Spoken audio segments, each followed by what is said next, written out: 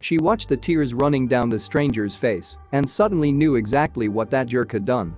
But feeling awful for her wasn't going to help the situation. What she needed was a plan. Left with nowhere to sleep and no way home, the poor woman needed retribution. She approached her with her offer, fully aware that she could lose her job for what she was about to do. Man locks woman out of hotel room, so she deploys staff to get revenge. Anna Ash had dealt with her fair share of strange situations. Working the late shift at the desk of a hotel downtown for a few years meant she didn't even bat an eyelid when the unsavory characters began to stumble in anymore. Tonight, she was hoping for a quiet evening with minimal drama. But she had no idea who was about to walk through the doors. Suddenly, Anna heard a ruckus in the corridor and her heart sank. She stood up, straightened her blouse, and fixed her best hospitality industry smile firmly on her face. A well-dressed group of men whooped and jeered as they rounded the corner, with their sloshing drinks from a nearby bar still in hand. Anna looked at her watch with a sigh. It was 3 a.m. One of the men, assuming the role of the leader of the group, sauntered up to her desk and leaned closer. In a hushed, confidential tone, he immediately launched into a story about a woman he'd met at the bar that night.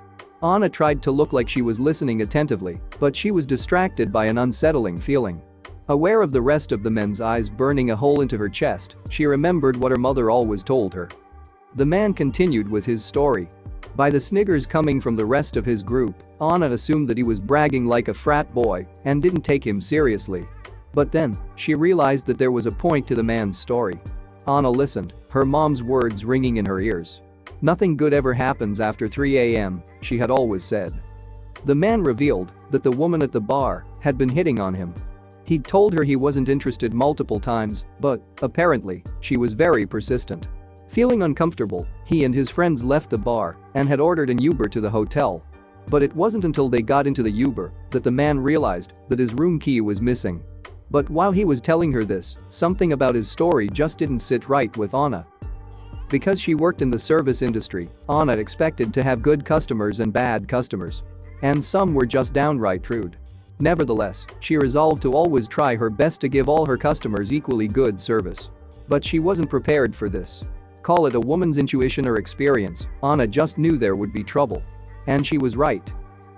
The man said that he suspected that the woman he'd rejected had stolen his room key, and he was concerned that she was going to try to enter his room.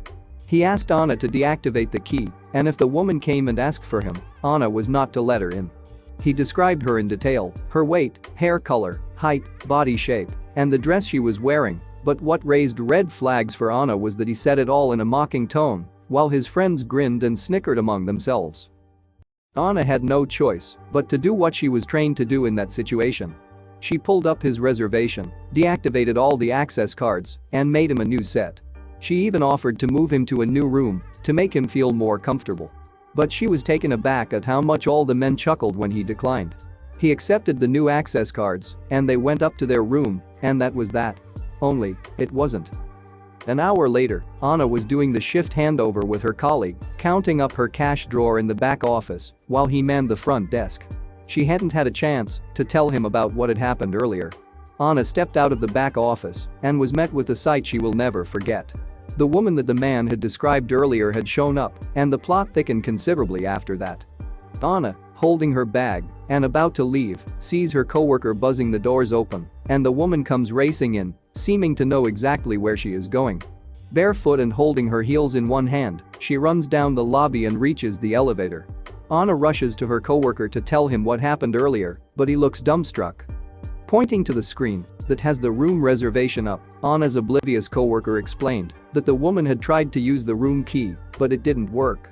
So he asked her for her room number and last name, and she is indeed on the reservation. Anna looked at the reservation notes and saw a woman's name listed. The man's name was listed as the primary, and hers was listed as secondary, which meant that she was allowed to be in the room. What was going on? Anna, confused for a second, thought that perhaps the woman who had rushed in wasn't the same woman that the man had described to her. She called the man in the room to check, just to be safe. She explained the situation, saying that they had permitted her access because her name was on the reservation. He laughed and said that he'd forgotten about that and asked Anna to remove it. And then, all hell broke loose. Anna, confused, tried to clarify. "Sir, just to be clear, The woman you met at the bar tonight was with you at check-in hours ago and was allowed keys then, but now she is not." The man then laughed with all his friends in the room and says, "Oh, guys, I confused the poor girl. Yeah, sweetheart, she's banned from the room. Don't worry about the other details, just take her name off." What was going on?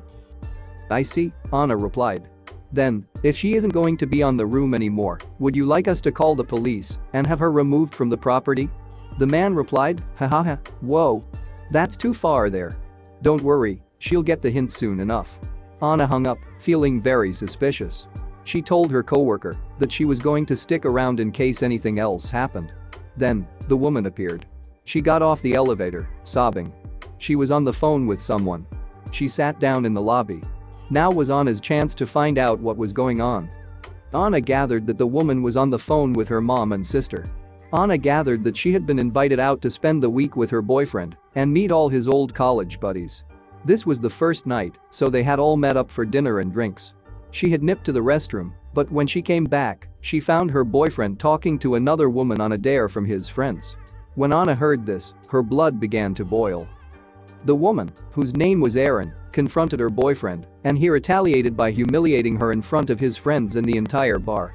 He called her names and mocked her, while his college buddies joined in, egging him on. He yelled that she was nothing without him and dumped her, right then and there. But the worst was still to come. Her boyfriend and his buddies got an Uber and left Erin stranded at the bar with no money and no ride home. She had to use her phone's GPS to walk all the way back to the hotel, which was 2 miles away. She couldn't walk that far in her heels, so she took them off and walked barefoot. Now, she was pleading for help from her mom and sister because the men wouldn't let her into the hotel room to get her luggage or her wallet. Anna couldn't believe what she was hearing. Anna's heart broke as she listened to Erin's conversation. She couldn't believe what her boyfriend had done to her. But feeling awful for her wasn't going to be much help. The poor woman needed retribution. Her ex needed to feel just as worthless as Erin was feeling right now. So Anna began to formulate a plan to do just that.